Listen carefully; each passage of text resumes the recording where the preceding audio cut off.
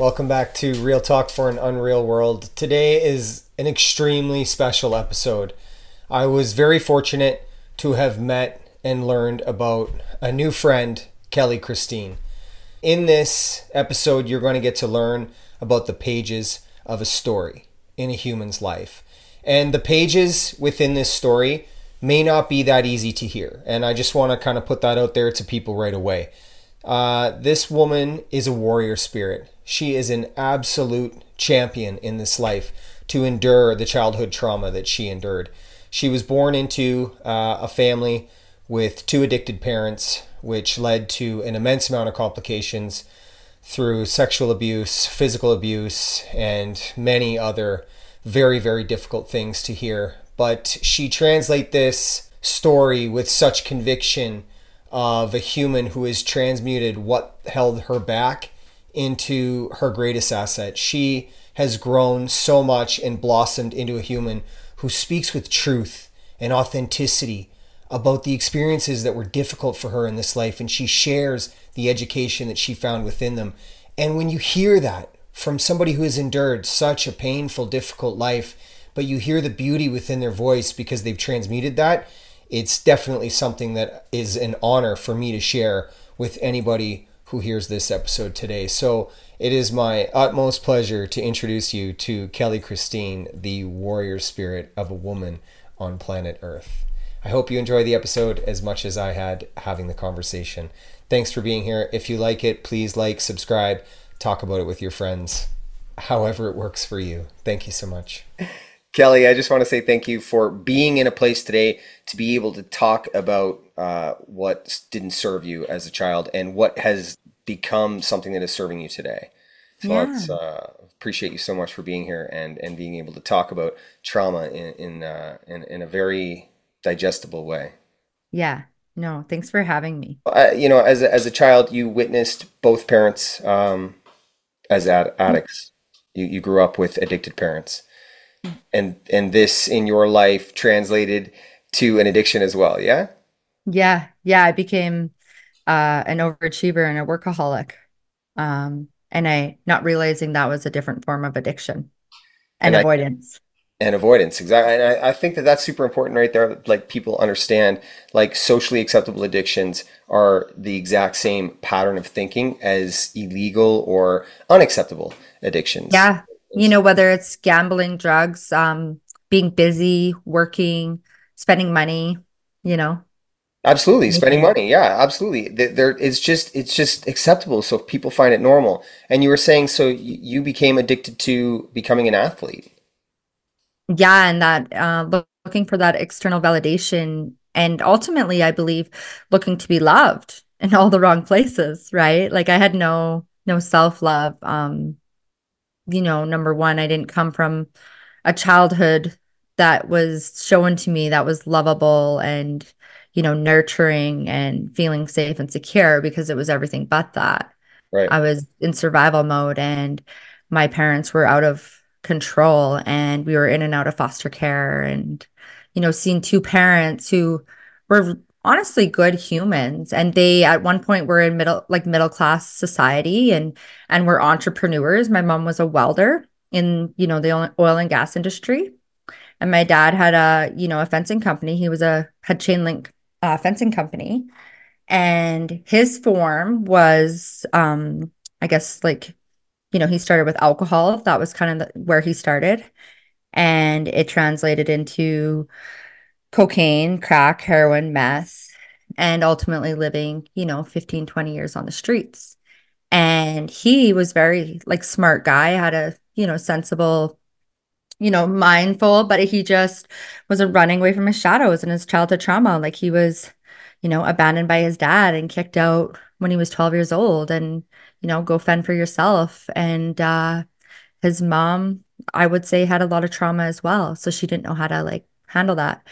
And then my mom, she grew up within a very toxic and abusive family home and was raped and molested and taken advantage of. And I think she just hid that. And um, I believe, in my opinion, I was so young when I lost her, but knowing, what I know now, they were treating her for depression, but I think she had bipolar And so she would go from like super high, like euphoric, on top of the world, and then like suicidal, like just her energy and her emotions. Like it was just highs and lows.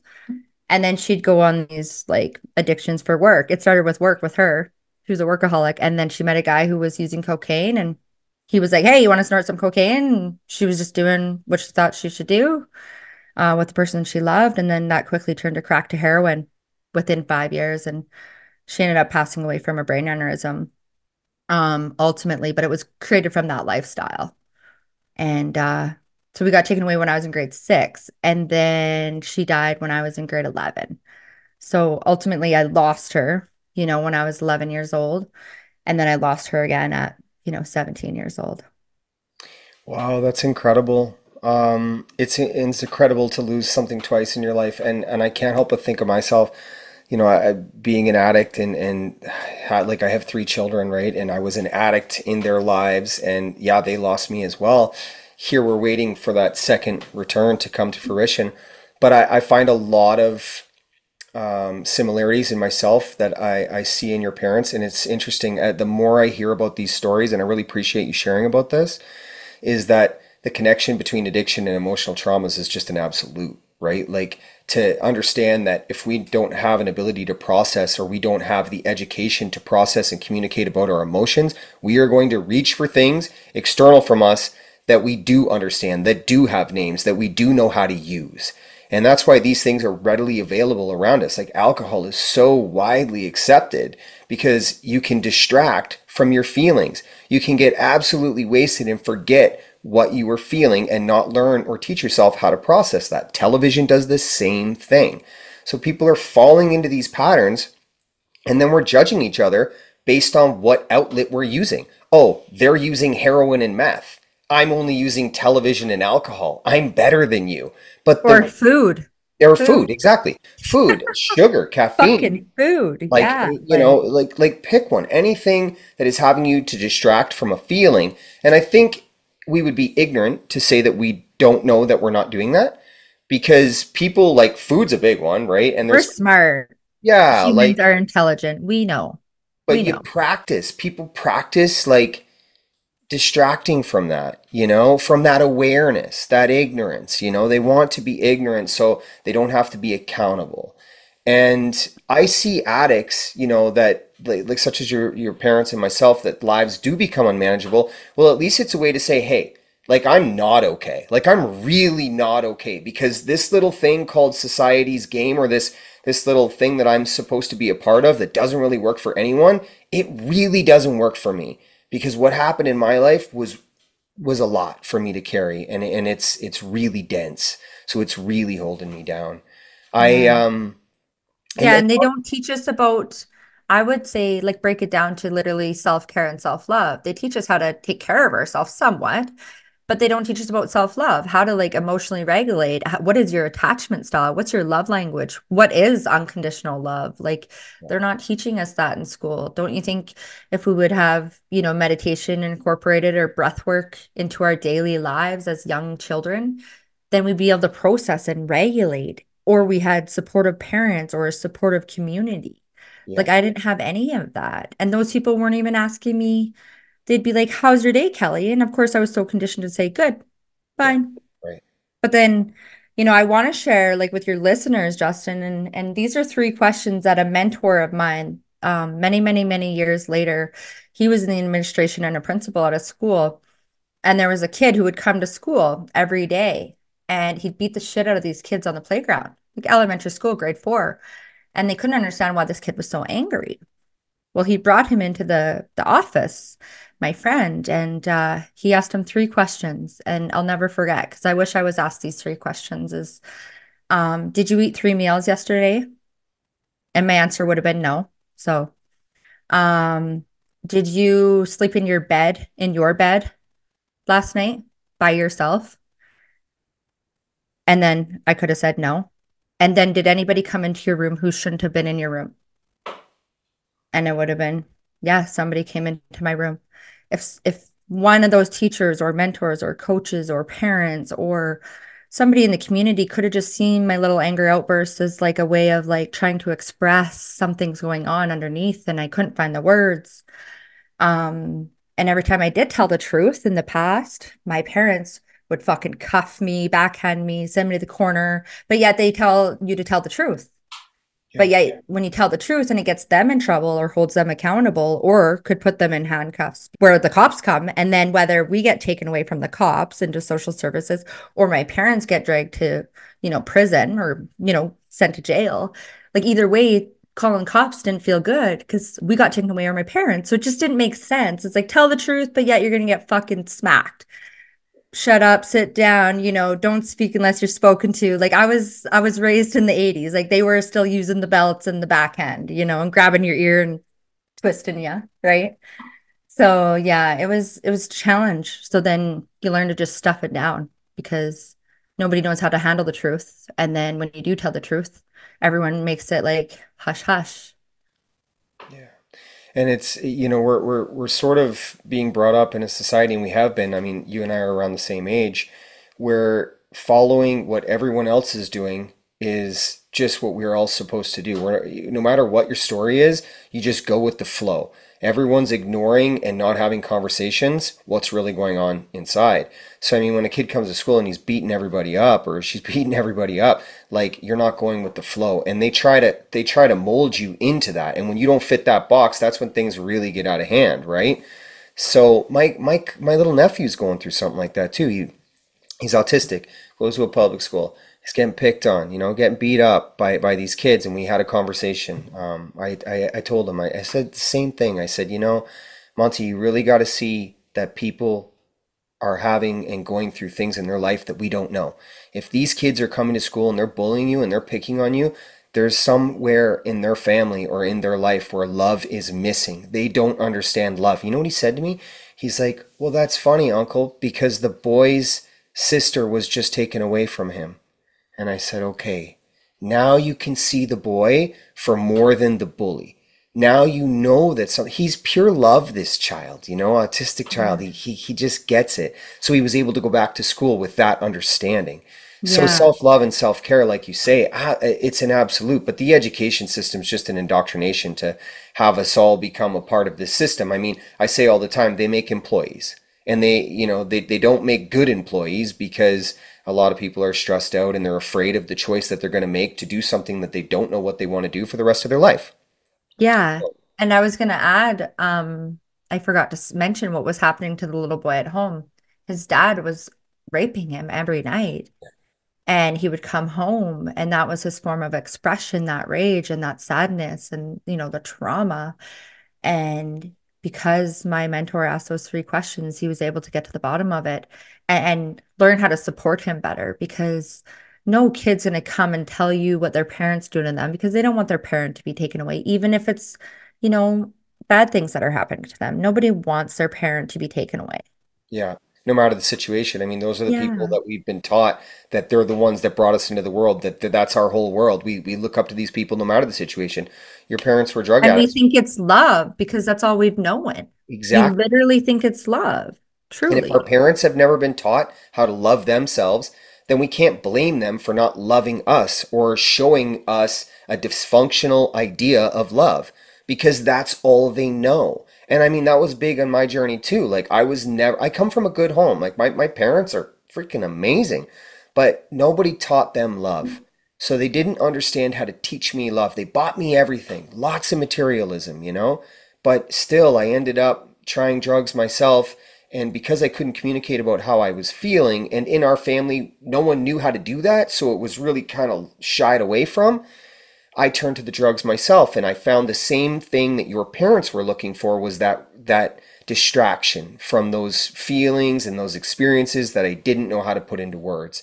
But I did know how to, put a needle into my arm, and I did know how to drift away inside of that. So that's why that became acceptable for me, judged by everyone for sure for what I was doing and not for who I was and what I was feeling. And I think that's interesting right there. As I say that, I'm like, yeah, I was always judged for the external application of myself. No one ever saw me on the inside and questioned like, what's going on, you know? Well, and just because you didn't have a visible wound or a limb missing or a fucking limb growing out of your neck doesn't mean you don't have these internal wounds that are oozing so deeply within that no one could even understand, even as far as like a PTSD, like a brain injury, like that alone, concussions alone, like just because you can't see it. I had ear infections my whole life, almost died twice, and I wear a bone anchored hearing aid now on the back of my head, and my ears were bloody and pussy, and it smelled like a fucking pig farm.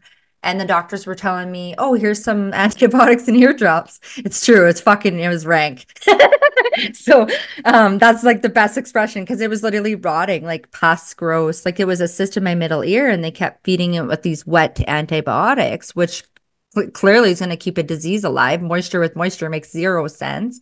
And what I actually discovered, Justin, through plant medicine, like my whole life, no medical doctor could fix these ear infections. And they said, oh, we should have just put tubes in your ears as a little girl so your ears drain. But I believe now, with everything I've learned all these years, is like our emotional body shows up in our physical body. So mine was expressing as an ear infection. Well, I went and did plant medicine in 2015 because I almost died in 2012. Like one more day, I would have been dead because it ate a hole, 2 inches into my skull. I had spinal fluid from my brain leaking into my ear canal, and the disease was like literally about to eat into my brain. So Wow. I was, kissing, hopefully heaven's gates there. But anyways, I was willing to do anything and everything. And my friend said, hey, come do ayahuasca. And I flew down to the US and went to Flagstaff, Arizona with a shaman. And he hosted a ceremony there. And I really wanted to heal my ears. And then obviously my trauma from my childhood. But my main mission was my ears and to get the messages that I needed. And it showed me as the little girl, literally praying on my knees with my hands together. I don't want to hear my parents fight anymore. Well, guess what happened? I got ear Sorry, infections. it showed you that when you were inside of the plant medicine, inside of the drug? Yes. So it was all visualization. It showed me back to that little girl self, like when I was a little girl and my parents were fighting, and I was in my bedroom and I didn't want to hear my parents fight anymore. So I had prayed as a little girl and I said, I don't want to hear my parents fight. Like, God, please help me not hear my parents fight. Well, I got ear infections to stop hearing, stop listening. And then this manifested into chronic ear infections, into a disease. No medical doctor, no ears, nose, and throats doctor, like specialists. They're just like, prescriptions upon Yeah. prescriptions upon prescriptions. Like they don't actually fix the problem. They're putting a band-aid over a bruise. They're just trying to fix a symptom. And it almost killed me. And ever since I went back in and I visualized myself now and I rewrote that soul contract, just again, visualizing and just said I have great hearing and there's no more damage, I'm safe to hear, I only hear love, and I'm here to show about love, that self-love. And I haven't had an ear infection since, and it literally was in my life since I was like 3 years old until I was 20, well, 2012, yeah, like I would have been like 27, so like majority of my life. And it got so bad, it actually did take my hearing. So I have severe to moderate hearing loss in one ear and severe in the other. So I am quite deaf without my bone anchored hearing aid. Um, but ultimately it's a gift because I was able to lip read when I didn't have this bone anchored hearing aid, and I read people's body language and energy. So a lot of times I couldn't hear what people were saying, but I could sense. So then I created this other sense beyond our five senses of like dialing into my intuition and reading energy and reading environment. So it became this beautiful gift when I, worked through the trauma side of things. So how much of the plant medicine alleviated you? Like, so you saw yourself on your knees as a little girl praying to God. I mean, geez, like that just connected so many things for me in your own story.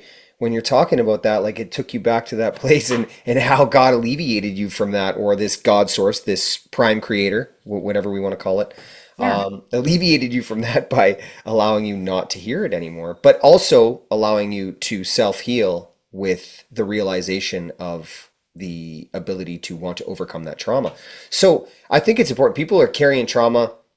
A lot of what I talk about is trauma, and people are looking for outlets. The thing that I speak to is using love. And I kind of try and help people understand how to do that and see that in small doses.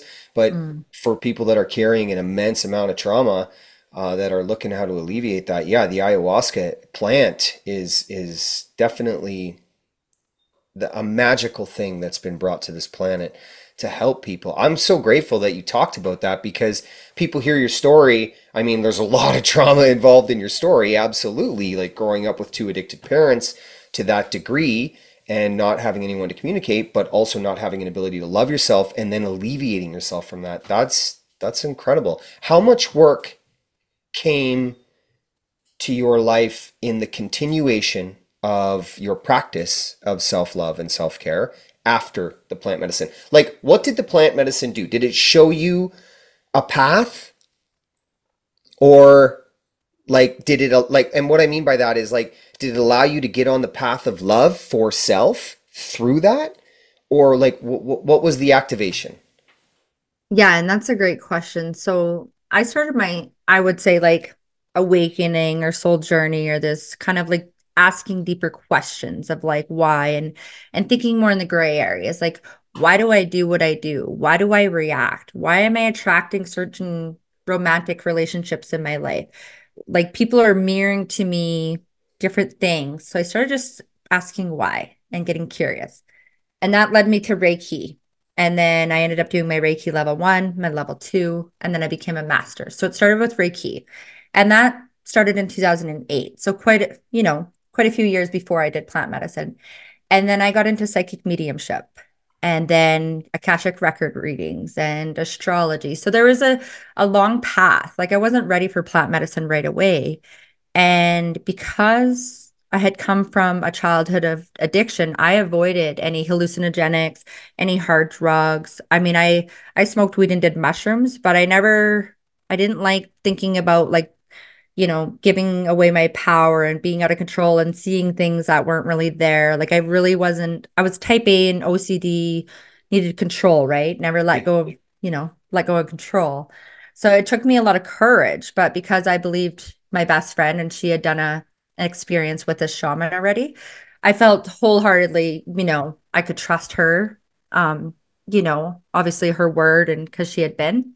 So yeah, it started in 2008, and then by 2012, I was ready for that plant medicine, and I've done like I've sat with ayahuasca 4 times now. So the Incredible. first experience, we did it in an area. Do you mind if I just go through kind of my kind of like the main points of what I got from each I, sitting? I would love that. I want Okay. really people to understand this connection to this medicine. I've watched a lot of testimonies on this, so please, I would love this. Yes, yes. And I will say for the listeners, it's taken me many years to still integrate some of this stuff. So there's a lot of it. So in my opinion, this is my experience from my own journey because everyone's experience is different and very different. And my belief is the medicine will give you what you're ready for. Does that make sense? Yeah. So it's only going to give you what's going to serve you right now. And there might be some extra tidbits, but it may be integrated in a year from now or 10 years from now. So it starts like a puzzle piece. We kind of start connecting the dots. So for me, my first experience, because I struggled with hearing my whole life, I'm in this meadow. And so think about a meadow as an energy and think about feminine and masculine. So the first day we're around like, a meadow, peaceful. There's like, like box in, the distance and there's some red rock and like tall grass. And, we're spread out. We're outside. It's during the day. And you go up and you take your shot. Obviously, you set your intention and all of that. And first of all, it's disgusting. Let's just put that out there. It's so gross. You want to like spit it out. And then all of a sudden you start having a little bit of like, oh shit, what's gonna happen? Like you're like, it's gonna happen now. So you go back to kind of your area. Everyone's spread out, has their own space. And you go internal. So you close your eyes.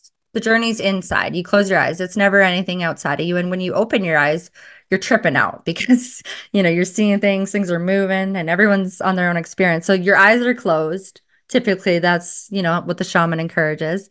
And my shaman said, preferably if you could sit up without leaning against anything or laying down, because you'll be connected, to source, like the ground and source, and straight spine, preferably, and eyes closed. So I'm doing that. And then you go on this journey and time's an illusion at this point. Time doesn't exist. So I believe it's maybe 2 hours later. It felt like a long journey. And like when your eyes are closed, it's like this, it shows up as, so we live on a 3D plane. I'm going to kind of help the listeners understand a little bit. So on the earth plane, they say we live on a 3D plane. So it's polarity, light and dark. So there's 4D, 5D, 6D, 7D.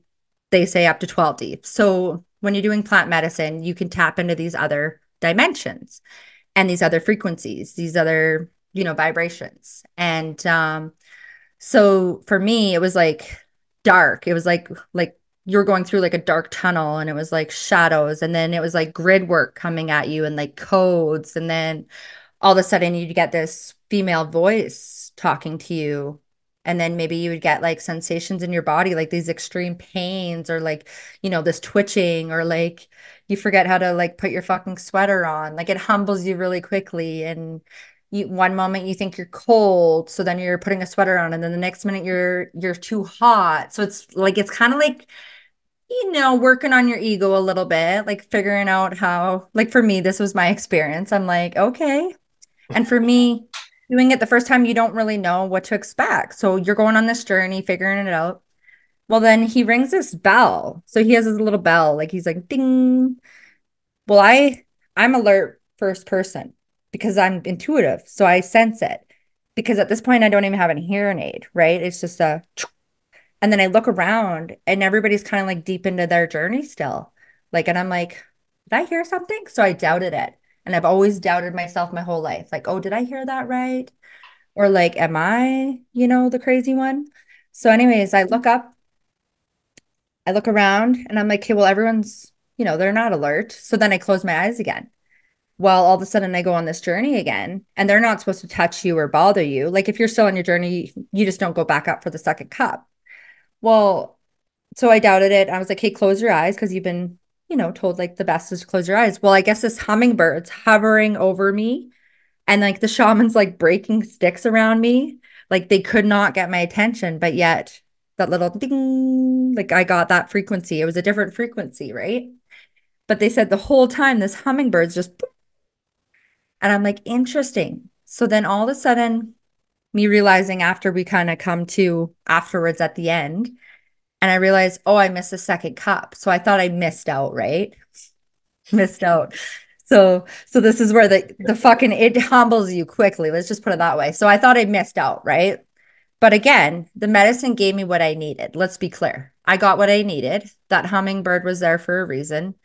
I needed to doubt myself for a reason, to literally get in alignment and stop doubting myself. So on the walk back to the campsite, I start hyperventilating, like, so like the plant medicine's still working. And I'm just like, I'm not crying. I'm not really that upset, but all of a sudden this deep emotion needs to be released. And the shaman worked me through it. And, I was able to kind of like reground myself. So that was kind of my first experience, is like, stop doubting yourself.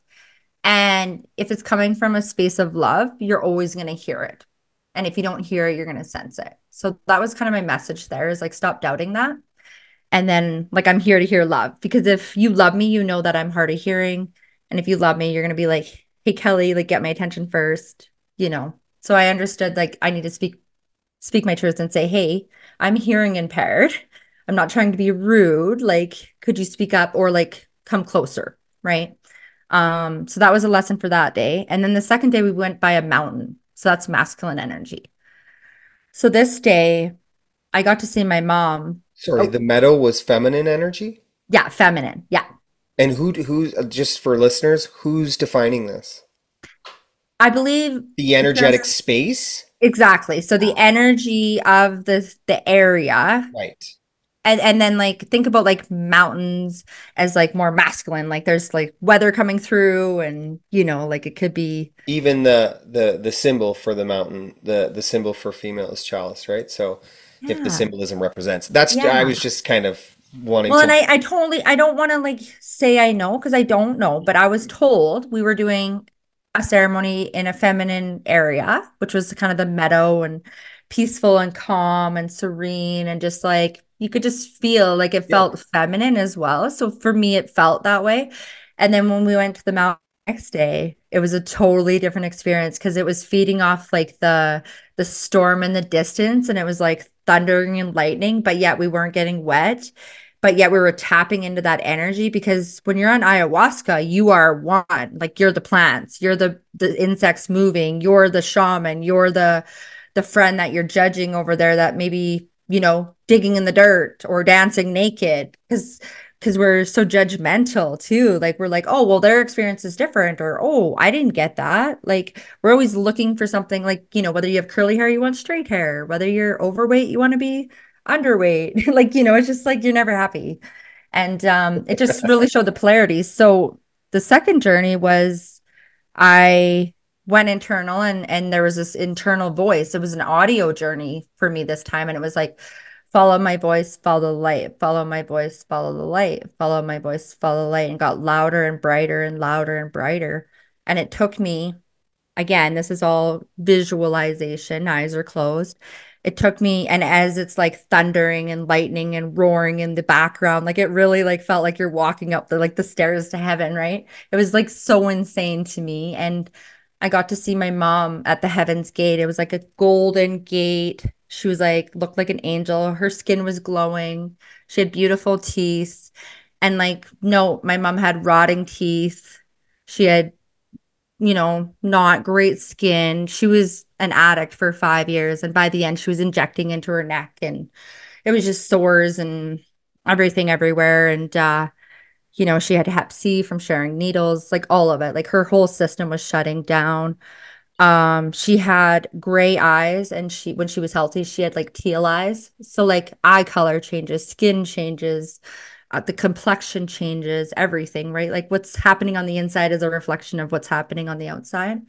So as I saw her, she had beautiful teeth, like the most pearly teeth and this beautiful glowing skin. And she just said how proud she was of me and how I'm the chosen one to like heal the trauma. And she understands it's hard. And she wished she could have found the courage and just apologized literally like for everything that she fucked up.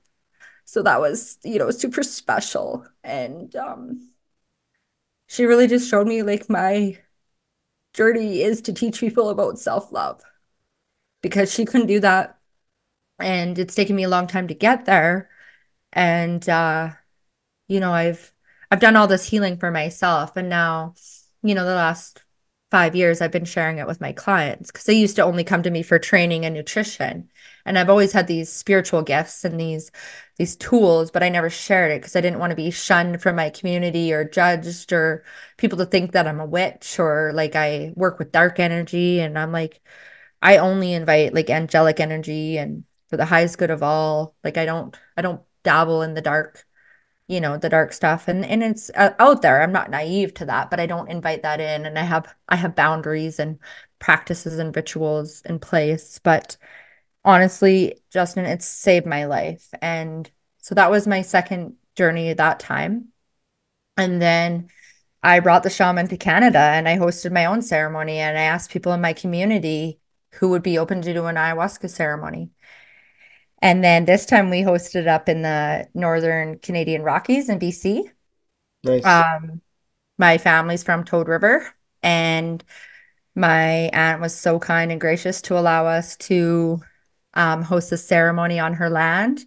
And you're right in the mountains, like some powerful energy. So the first day, um, we did it in like the bush by a waterfall, Okay. and that was insane. And that's where I got the message for my ear and how to heal it. So that was that day. So that was my third sitting with it. And then the fourth sitting it literally went through my whole body and like dusted like my brain and my organs and all my scars and any, like imperfections that I thought. Like it just cleaned house, if that makes sense. Yeah. And it really, so I had a lot of in our brain when we have a lot of trauma growing up, you have your brain PTSD, and I had a lot of complex PTSD.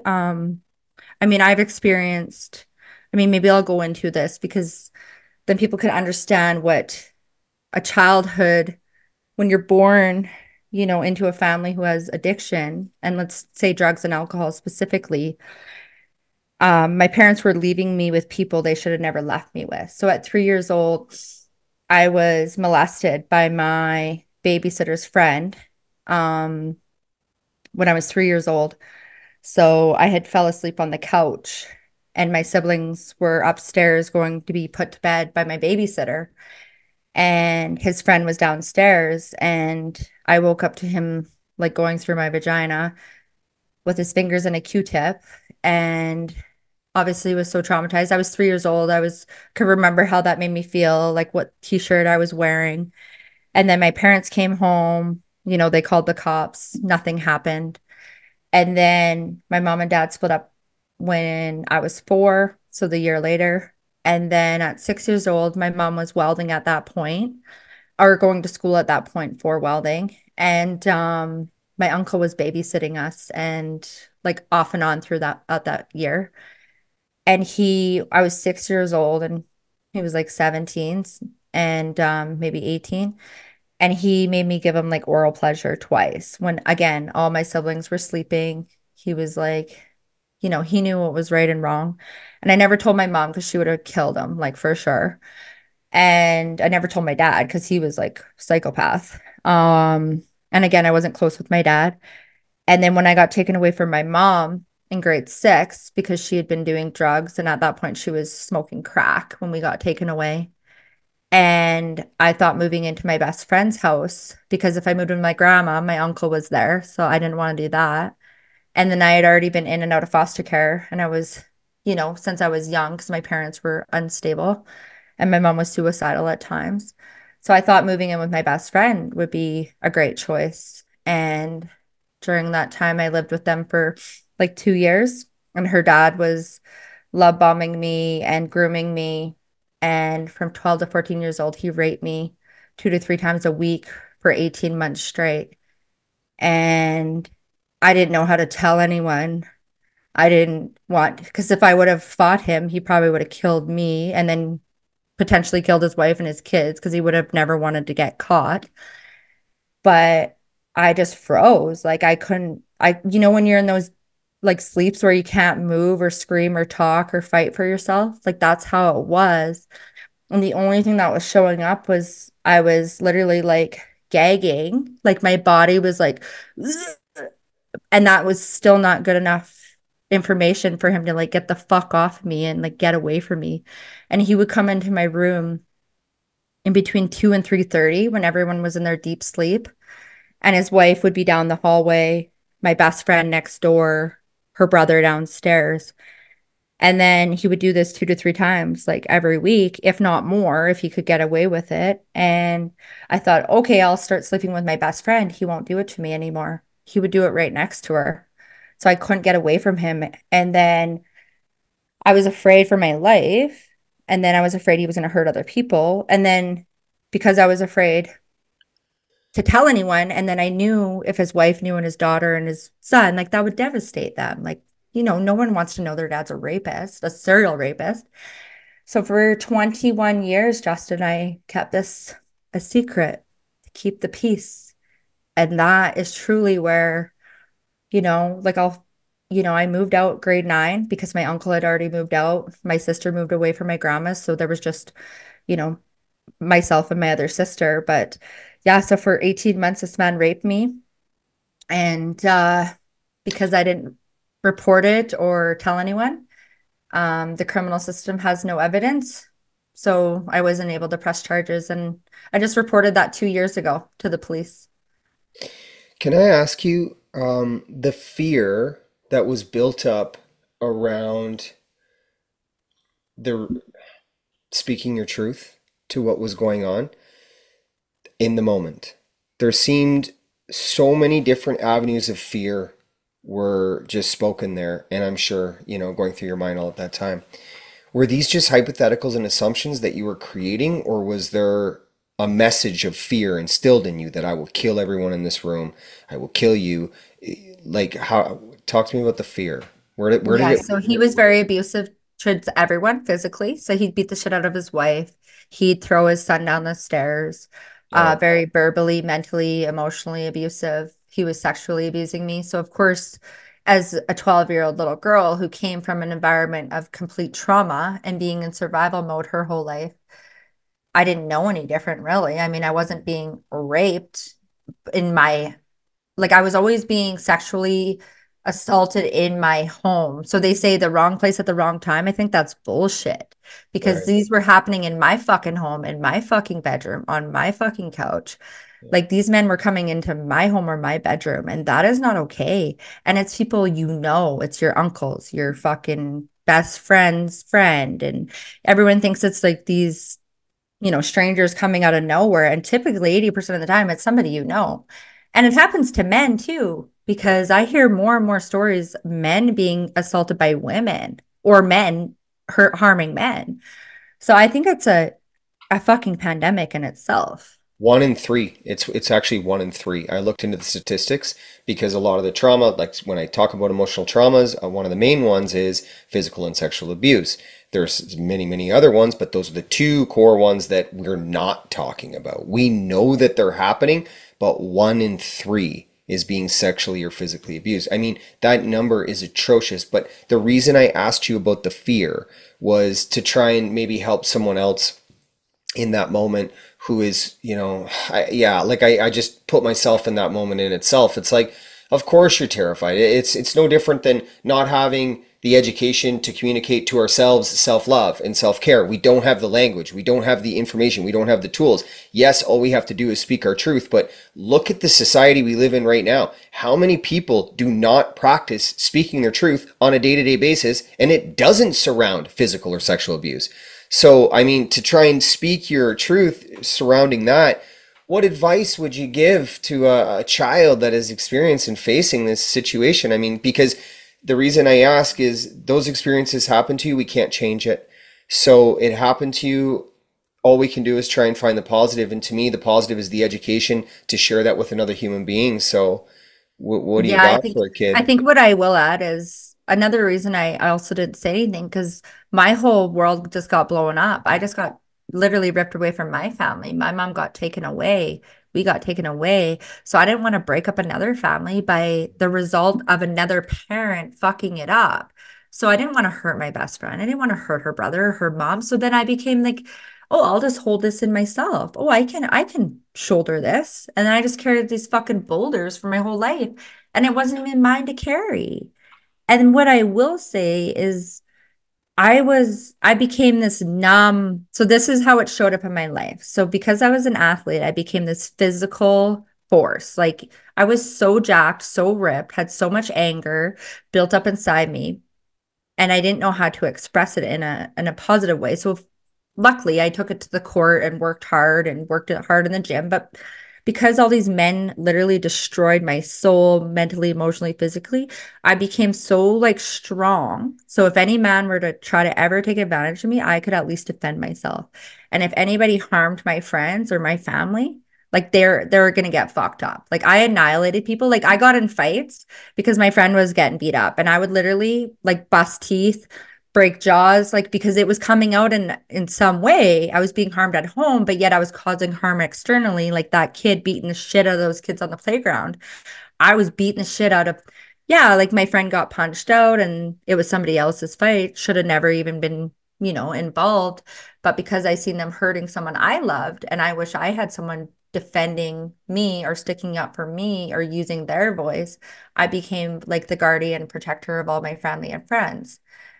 It was And also a perfect outlet for you to be able to take all that stored energy, that unprocessed emotion, and put it somewhere. I mean, oh, wasn't the greatest and I outlet, but created harm and I mean yeah. I will be for the like this is a public service announcement apology. I am sorry if you were the receiving end of my fucking fist because of my bullshit trauma. And I've done a lot of work. So I do owe a few people an apology. They didn't deserve to get their face punched in at all. And I was just hurting so bad internally. And I never wanted to cause harm on anyone else, but that just showed you how much pain I was in. I was willing to black out and, punch somebody in the head 100 times within, 3 minutes because I was an athlete. I was like, boom, boom, boom, boom. Like it was so quick and I was so powerful and explosive. Like I would destroy men and women, like literally like annihilate, which I'm not proud of. But again, I did that because I needed to survive at one point in my life. Yeah. Yeah, it was a survival tool. Yeah, no, no, I can totally appreciate that. A lot of other people would just judge the action, right? Rather than try to understand the root core issue. And I think that that's one of the most important things that we've got to stop judging the book by the cover. Like you've got to read some of the pages. You've got to be willing to be patient to get the story from a human being. And if you see a human being that is not going with the flow of society, obviously we can take a step back and go, okay, wow, like there's something going on here. And rather than be judgmental from that perspective, we can actually be introspective. And I think that's a Yeah, far and more and powerful tool. knowing different attachment styles. So mine was a form of avoidance, and then it showed up as anger outbursts. So I would avoid, avoid, avoid, isolate, be depressed, retreat, um didn't trust anybody, like hypervigilant.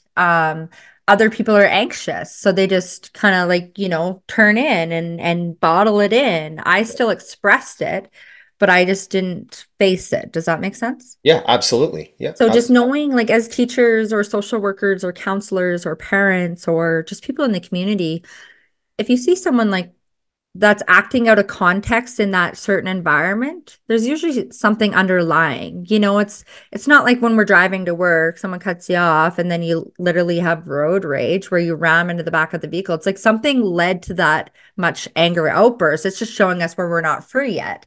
Yeah. When we get triggered and give our power away, it's just showing you where you still have work to do. And what I would, encourage people to recognize is like, don't listen to the words. Look at their body language. What's their body showing you? So if their words aren't aligning with their body language, then maybe just ask a few more deeper questions or ask them more clarity. Like, please help me understand. And ask them maybe how they're feeling. Like, how are you feeling today? And help them understand. Oh, okay, you're feeling angry. Well, anger is allowed to be expressed. How would you like to express that anger? Like just allowing them to be vocal and helping them find, I would say, the language to be able to share how they're feeling. But Uh, then also giving them the tools, like teaching them the tools so they know how to regulate. They can process and not feel like we need to go to our room or go to the corner or go figure it out. Because guess what? We're not meant to go do it on your own. You're supposed to co-regulate and connect and stop isolating people. We've been isolated our whole lives. Like we're not meant to do this on our own. Well, and that brings up a great point. I was just having a conversation with an individual surrounding parenting, and he told me they went away on vacation and he only had two outbursts. The child spoke back to him once, which he made her go to the room, and I said, "Really? You made her go to the room?" I said, "Well, what's that going to teach her?" And he said, "What do you mean?" And I said, "Well, the reason you got frustrated with her talking back to you was your inability to regulate your emotions. So because you could not do that, you isolated the child without even listening or asking for communication to understand where the child learned how to talk back and why the child talked back. Like what's going on in the child's life that it couldn't express its feelings and emotions for you to be able to communicate about it rather than disconnect and isolate both of you, and then teaching the child that that is an acceptable manner of an inability to communicate." Well, and guess what? She's going to accept that from her romantic partner in the future. So you be careful, daddies and mummies out there. How you treat your children, you're showing them how they're meant to be treated in the future. And I would encourage, I mean, I come from a shit ton of trauma. So this is me learning and doing better and knowing better. And I have stepchildren. I don't have my own biological kids, but I've been around my kids my whole life and I've trained many, many, many, many, many kids over the years. So I would encourage you to sit with them. And you don't have to agree with them, but you do need to hear them, see them, and hold them. Because ultimately, that's all we all need is to be held, seen, and heard. Yeah, and I think it's important that if you don't align with the things that your children are speaking, you need to understand that the parameters that they're being brought up in these days is far different from the parameters that we were brought up in our day. So their psychological patterns through these algorithms, through social media, through this video game addiction and an inability to connect with self is far greater than it was for us who were still in living in that time when connection was still happening, riding around on bikes at night or whatever it may be. Today it's really done through these social media platforms. So kids more than ever need communication in a home with people they trust. And if you don't have the ability to speak the language or have the tools and education how to do that, it's okay. It's totally okay to not have those tools, but it's not okay to not try. You Well, and have there's to try. counselors and therapists and life coaches that can help navigate that and support you as a family. So in my opinion, it's really an excuse at this point. We're much more aware of mental health and how, these addictions and this form of avoidance and trauma can really lead to, a future that's unrewarding and it's not fun for anyone, whether it's a parent in addiction or a child in addiction or your aunt or, seeing somebody on the street. And what I wanted to add about the alcohol. So these alcohol establishment, tobacco, marijuana, shopping, like it's all the government controlled. And guess what? They make money, pharmaceutical world. If we weren't sick, they'd be bankrupt. They're going to keep us sick. Let's fucking be clear. Like they're not teaching us ways to heal ourselves. They're not telling you about the plant medicine. And if they did, we wouldn't need them. So no pill, lotion, or potion is going to fix you. Yeah, and I think it's important how you speak, how Kelly speaks is like with this education surrounding and understanding to process and identify our emotions and move through them is the new earth. And what I want to talk about is that is absolutely going to take place on this planet without a doubt. And the new earth is centralized around from my understanding three principles. And those principles are equality, education, and sustainability. And equality just means that we see each other's for the light beings on the inside. The external vessel is recognized for just that. It's just the vessel that holds the light. Education comes through the avenue that Kelly was talking about.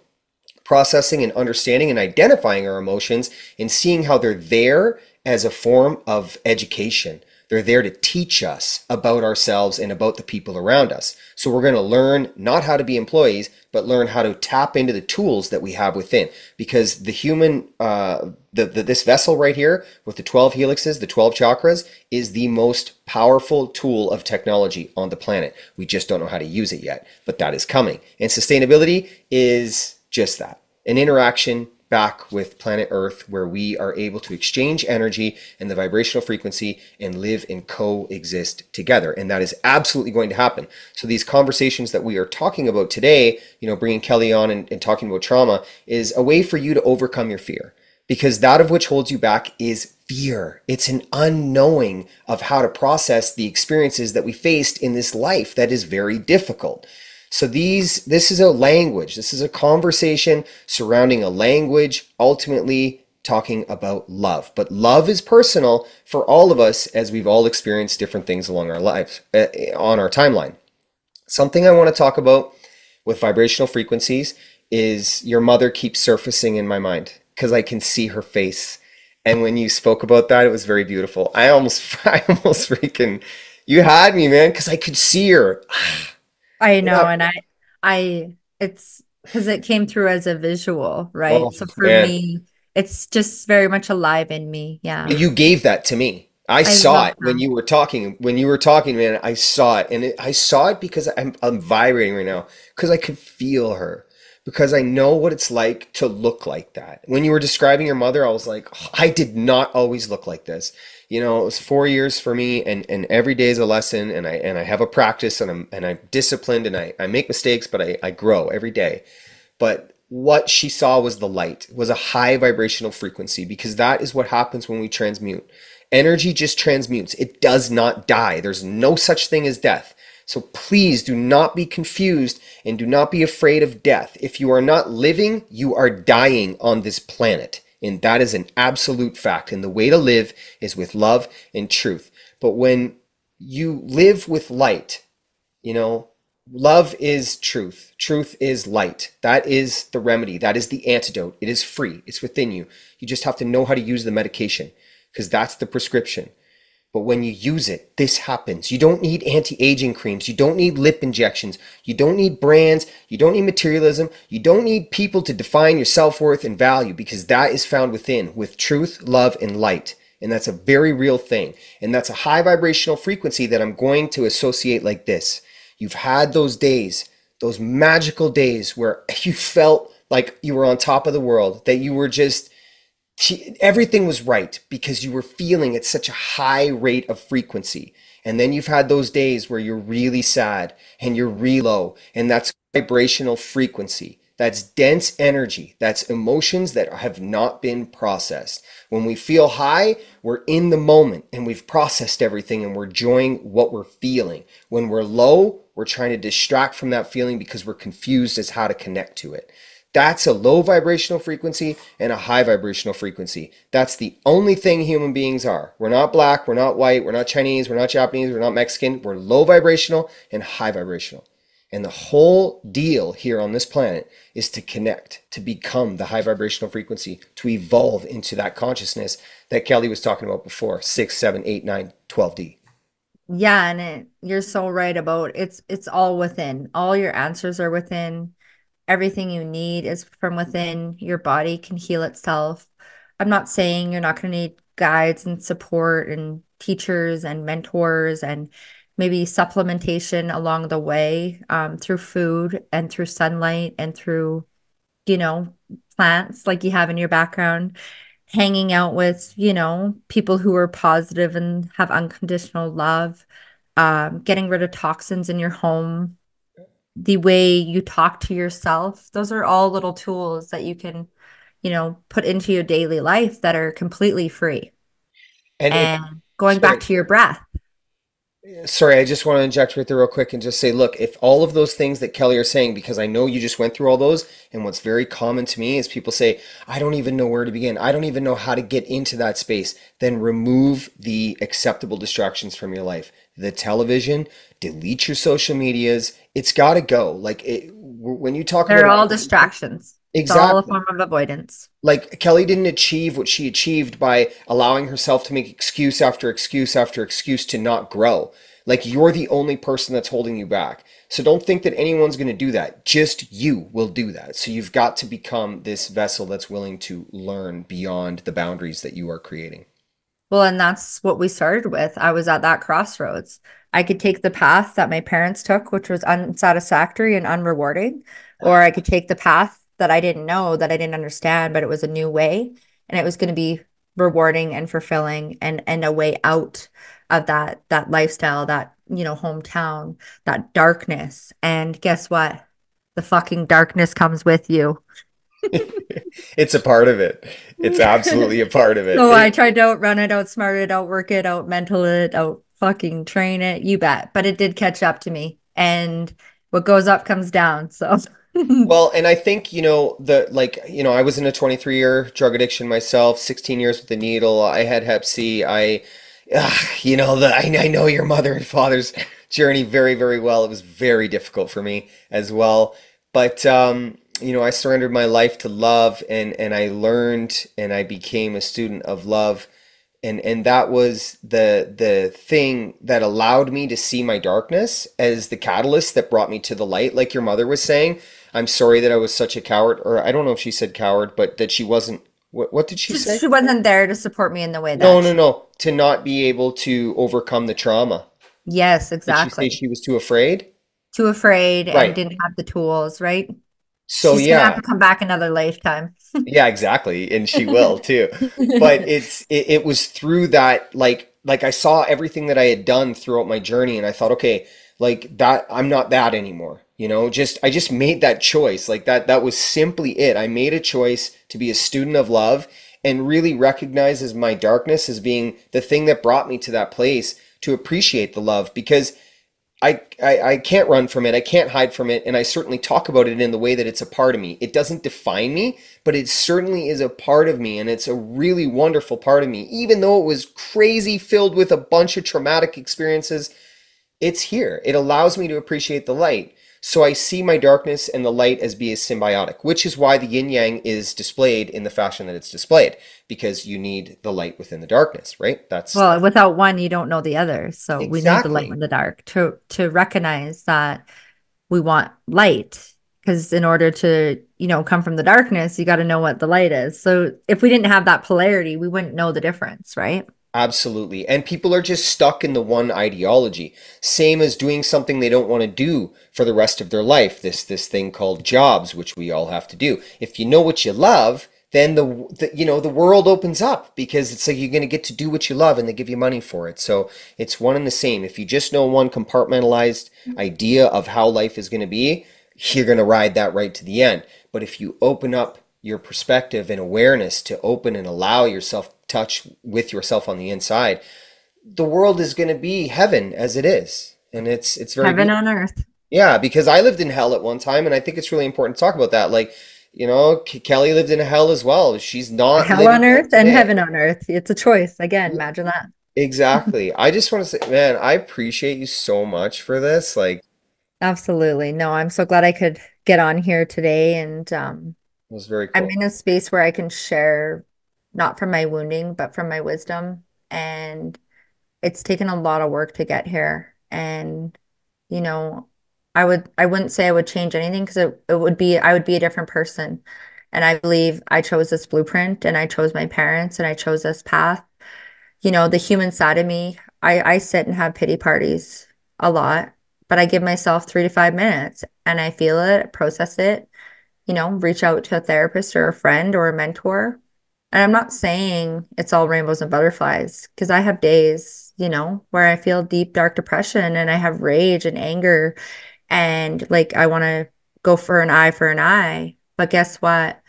That I believe, in my opinion, love always wins. And if I can have love in my heart, and that's all that matters, because at the end of the day, these people, may have done that to me, but I allowed them to hold me hostage for 20 years after it happened to me. And that was my choice. And realizing now, if I would have known better, I would have done better. My mission in life is to be an advocate for the people who haven't found their voice yet and to use my voice and share my story. Because if I can just help one person heal a little sooner or reach out a little sooner or find the courage to just ask for a hug, because ultimately there was many days I just needed a hug. Yeah. Do you allow individuals, like there might be someone who listens to this that's experiencing everything that you experience? Are you okay with putting out a contact information for them to meet, because people might feel comfortable with you to talk? Yeah, so you can reach out to me on Facebook or Instagram. It's Kehly Christine. So my first name spelled Kehly, and then Christine Christine. You can find me on Facebook and Instagram. I'm gonna put your socials in the bottom anyways. Yeah, so that's me. You can find me, reach out, and I do a lot of the work with my clients, and that's what I do for a living. So yeah. Talk about that. What do you do for a living?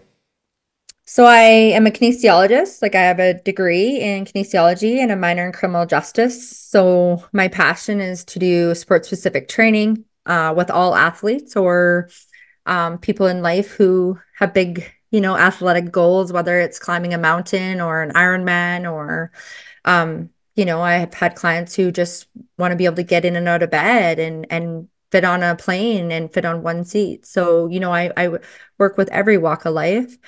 And majority now, it's people who are, very committed. And so typically you have to have pretty, extravagant goals, let's put it that way. Yeah. And then I also do nutrition as well. So I teach people how to feel your body according to your lifestyle and your goals and your activity level and your lifestyle and that kind of stuff. And then I do energy healing. So I do psychic mediumship, Akashic records, astrology charts, Reiki. So I could do a combination of all kind of the different modalities. I've also sat with the monks in Nepal and lived at a monastery and learned about Tibetan Buddhism. And I traveled to Southeast Asia, India, Nepal, Philippines, Thailand, Indonesia, Malaysia, Australia. Did a lot of soul searching for 2 years. So I have a lot of Eastern practices that I've integrated from my time traveling in Southeast Asia and Asia. So yeah, I would say just from, living a pretty traumatic childhood, developing my own, gifts from that, as well as learning from other people who have changed my life and saved my life ultimately. Yeah. And yeah, you can reach out. So it's kind of a body, mind, soul approach. I have an amazing dream team. So if I don't have the tools, I have somebody on my dream team that would be more than willing to support and help and guide and handhold, because we're all in this just walking together. And I don't believe anyone's ahead of anybody, and you're not behind, and it's not too late. And I don't care how many times you think you fucked up. It doesn't matter, because you're worthy and you're a miracle and you matter and you are loved and you are needed. And I believe only, the ones who really want to create change in this world um, get out alive. And the people who don't get out alive, unfortunately, in my opinion, are going to reincarnate back, and you're going to keep learning the hard way, or you could just do the work and go through the trauma and the pain and the darkness. And I promise you, on the other side, it won't feel as terrible. Yeah, short-term pain, long-term gain. Like this is something people just are I think opening up to. I think with everything that happens in the world these days, it's becoming very, very difficult. And I just want to chuck this in there. It's meant to. It's absolutely meant to. Like the establishments that are making decisions for us around the world, they are miscalculating what they are doing because they think if they take everything away from us, they're going to control us. That's one avenue. But the second avenue, the one that's being overlooked, is us coming together when we remove the materialism, because that is absolutely going to happen. And there is an immense amount of unprocessed emotions that are floating around, energy, dense energy in the world right now. But we're going to move through that. And when we get through that, it's going to be beautiful because we're all going to be in that high vibrational frequency. And then any establishment, any organization, any religion or military that even thinks that it would be an idea that we could combat each other for being different than each other is going to dissolve. And that's how we take care of that. It's not something you have to put your time, energy, and effort into things externally from you trying to tear those things down. Don't worry about it. It's going to happen. Just put your attention, time, and energy on the inside. Clean the vessel, clean the body, clean the mind, clean the soul, and live in that high vibrational frequency by allowing yourself to make mistakes. Kehly, I appreciate you so freaking much for that conversation. Thank you, thank you. I will definitely put all of your information in the comments, and please, people, feel free to break free from the prison that you're holding yourself in and have conversations with individuals such as Kehly or myself. My social media information is below. This is what we do with our lives because great difficulties turned into wonderful, beautiful masterpieces. So much love, girl. I appreciate you so much. Thank you so much, Justin. Take care.